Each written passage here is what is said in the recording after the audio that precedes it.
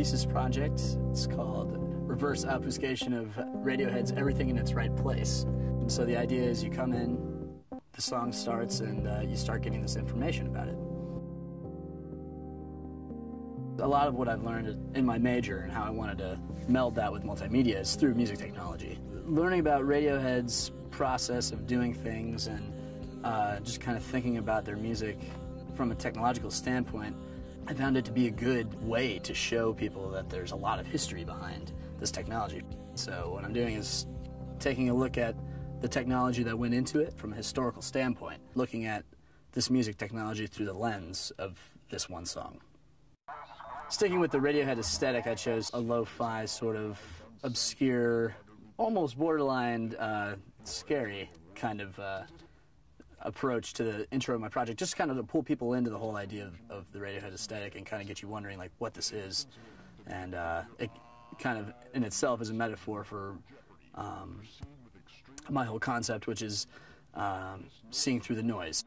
So if we were to look at this first bit of information here, it's talking about the Fender Rhodes piano, and just stumbling into this, you start to see, oh, these things are actually like highlighted buttons. Maybe they work, and so this looks like the piano, so I'll click that.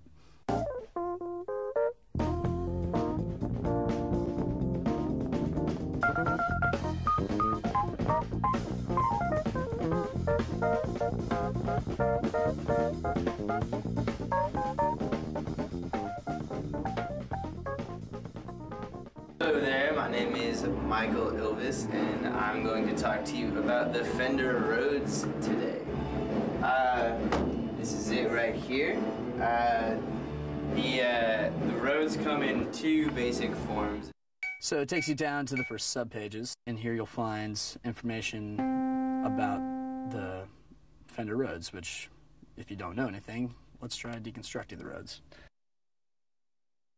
It just basically takes you through the technology of what it is, how it works, talks a little bit about the history.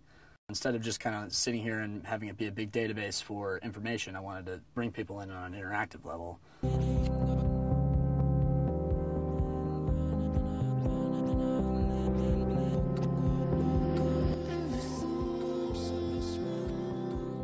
I think this is one of the things I'm most proud about this site is this actual interface design of this menu, which is space you kind of enter into, and it's like you're in there with Radiohead absent, just kind of looking at the stuff they used.